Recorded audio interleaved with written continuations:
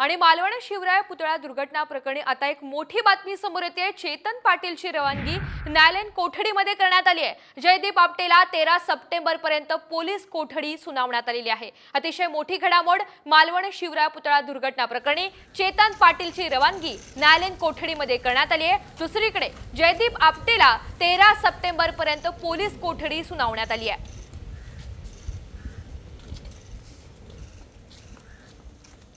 पश्चिम रेल्वेची वाहतूक विस्कळीत झालेली आहे। जलद मार्गावरील वाहतूक ठप्प झाली आहे।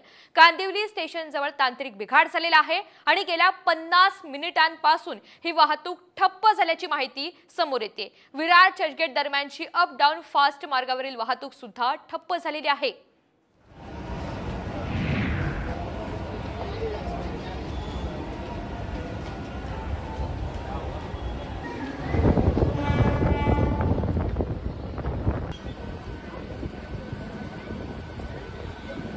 गणेश कवडे आपल्याला अधिकची माहिती देतात। गणेश, आपण पाहतोय पश्चिम रेल्वेची वाहतूक विस्कळीत झाली आणि असा फटका मुंबईकरांना सहन करावा लागतोय। अधिकचे काय अपडेट्स आहेत?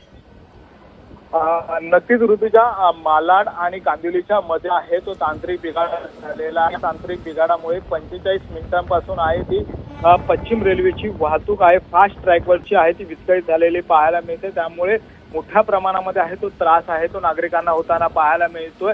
आणि रेल्वे प्रशासनाकडून रेल्वे बंद झाल्यानंतरून देखील कुठल्याही पद्धतीचं अनाउन्समेंट आहे ती होताना पाहायला मिळत नव्हती आणि त्यानंतरून रेल्वेतील प्रवासी ट्रॅकवर उतरून चालताना पाहायला मिळतात, कारण की 45 मिनिटापासून रेल्वे गाड्या आहेत ते एका जागेवर ठप्प झालेल्या पाहायला मिळतात। निश्चित गणेश, धन्यवाद सविस्तर माहितीबद्दल।